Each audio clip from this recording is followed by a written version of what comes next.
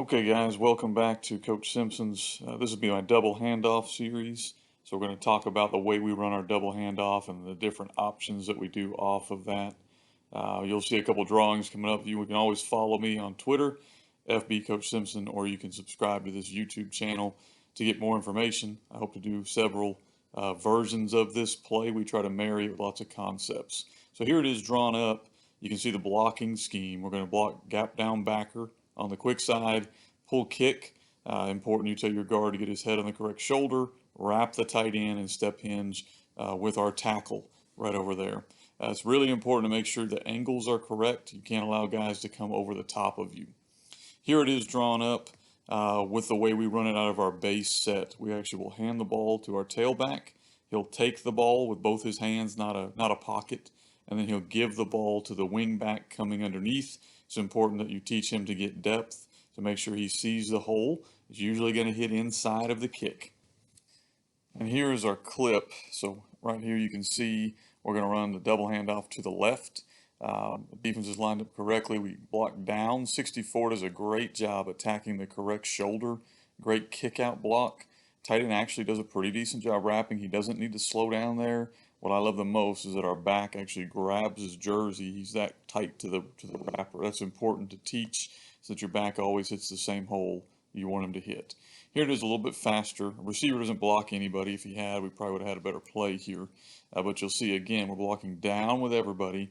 We're pulling and kicking. The guard does a great job right here getting his head on the correct shoulder, creating a seam. Tight end does a pretty good job getting depth. Here it is full speed. Does a great job getting upfield. We block it up for about 5 yards and he gets the rest on his natural ability.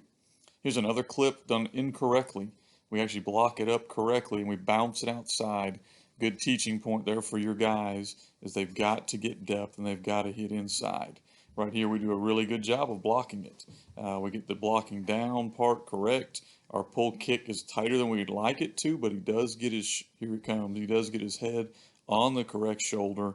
Our tight end does not get enough depth. Our running back does not get enough depth. And when they bounce outside, you have an unblocked player. If they would simply hit it inside where it's designed, would have been a much better play for us. You can see the hole open up right there, and we miss it because we're not deep enough in the backfield to see the hole. So that's just an example of us doing it. We've done it multiple times, and we don't do it right on this one. Make sure you're teaching to get that depth so you see the hole, and you'll see it open up.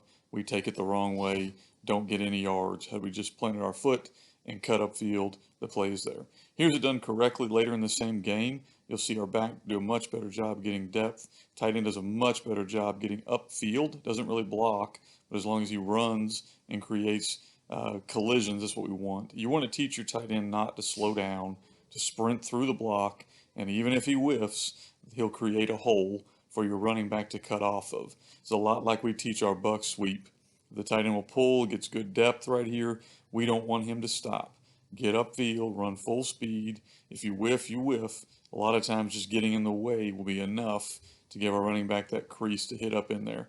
Back does a great job hitting inside and creating a big play for us.